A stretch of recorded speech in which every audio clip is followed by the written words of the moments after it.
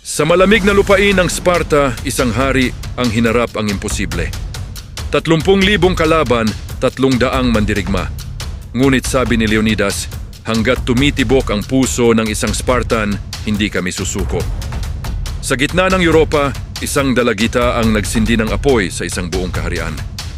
Si Joan of Arc, pinagtawanan ng mundo pero pinaniwalaan ng langit. Sa silangan, isang babae ang sumuway sa tradisyon para sa pag-ibig sa kanyang ama. Simulan, ang mandirigmang nagpabagsak sa libo-libong mananakop. Sa Roma, isang alipin ang nagpasiklab sa libo-libong inalipin, si Spartacus. At sa ating sariling bayan, isang mandirigma ang humarap sa bakal at bala. Si Lapu-Lapu na unang nagpakita na ang Pilipino ay hindi alipin ni Numan. Magkakaiba man ang kanilang panahon, iisang apoy ang nasa dibdib nila. Ang tapang na tumindig kahit mag-isa.